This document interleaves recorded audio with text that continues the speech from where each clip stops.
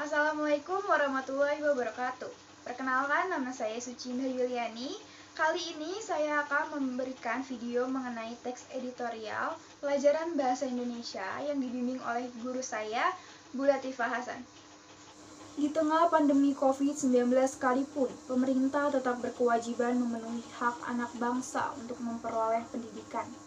Meskipun begitu, pemerintah tidak boleh sembarangan membuka sekolah berdasarkan status wabah suatu daerah.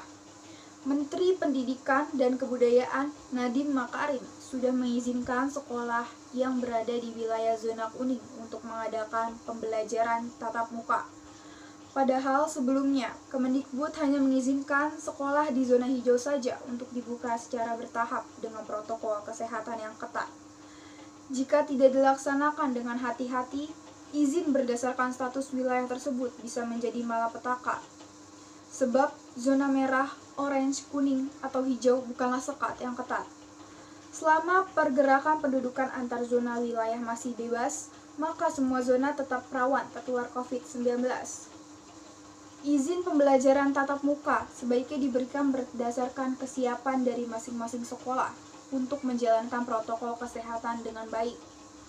Tolak ukurnya tidak hanya dari ketersediaan fasilitas pencegah penularan saja. Sekolah juga harus memastikan semua guru, staf, murid, hingga orang tua siswa tidak memiliki riwayat interaksi dengan suspek yang terpapar virus. Pengakuan Bapak Menteri Nadiem bahwa PJJ atau pembelajaran jarak jauh selama masa pandemi kurang efektif bukanlah hal yang mengada-ngada.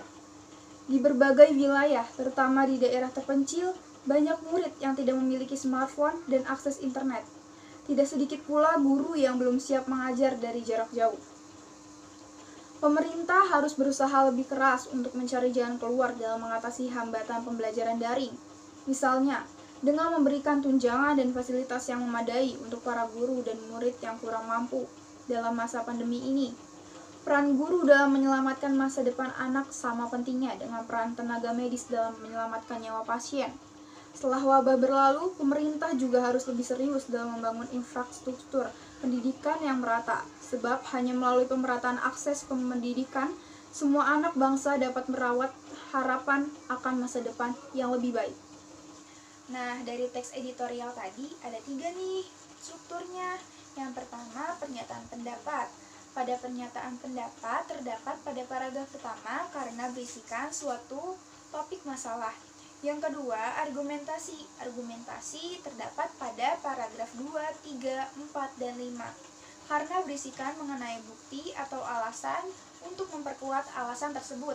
Yang ketiga, penegasan ulang.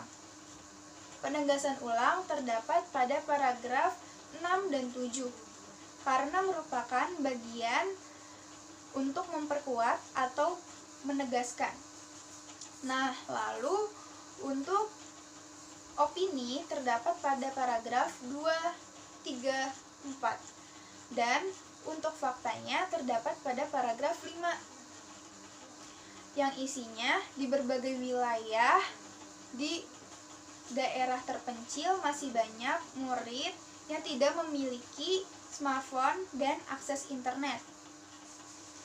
Kesimpulannya, untuk wilayah zona kuning yang sudah melakukan pembelajaran tatap muka, tetap menjalankan protokol dengan baik guna mencegah COVID-19, dan untuk pemerintah juga harus berusaha lebih keras untuk mencari jalan keluar dalam mengatasi hambatan pembelajaran daring.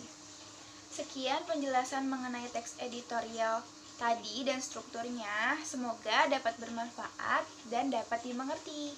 Wassalamualaikum warahmatullahi wabarakatuh.